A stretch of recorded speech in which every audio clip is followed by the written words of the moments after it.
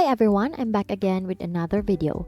Today I'm excited to talk about interactive content and how it can help you engage with your audience in a whole new way. As you know, attention spans are shrinking in the digital age. People are constantly bombarded with information and it's hard to stand out from the crowd. That's where interactive content comes in. Interactive content is not just about sharing information, it's about creating an experience. It's about involving your audience and making them feel like they're part of the story. And when you do that, you're more likely to capture their attention and keep them engaged. There are many different ways to create interactive content. Here are a few ideas. Polls and surveys.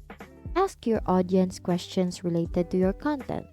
People love to share their thoughts and opinions, and this participation keeps them engaged and interested. Next is interactive infographics. Instead of static images, let your audience click, swipe, and explore the information. It turns your content into an adventure, and people love that. And another thing is quizzes. Who doesn't love a good quiz? They're not only fun, but highly shareable. Create quizzes related to your content and invite your audience to test their knowledge or discover something new. Next is calculators. Create calculators that help your audience solve problems or make decisions. This is a great way to provide value and expertise, and it's also a very engaging type of content. And lastly, interactive videos. Add hotspots, overlays, and branching to your videos to create a more immersive and engaging experience.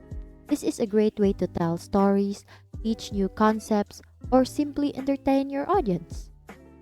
These are just a few ideas to get you started.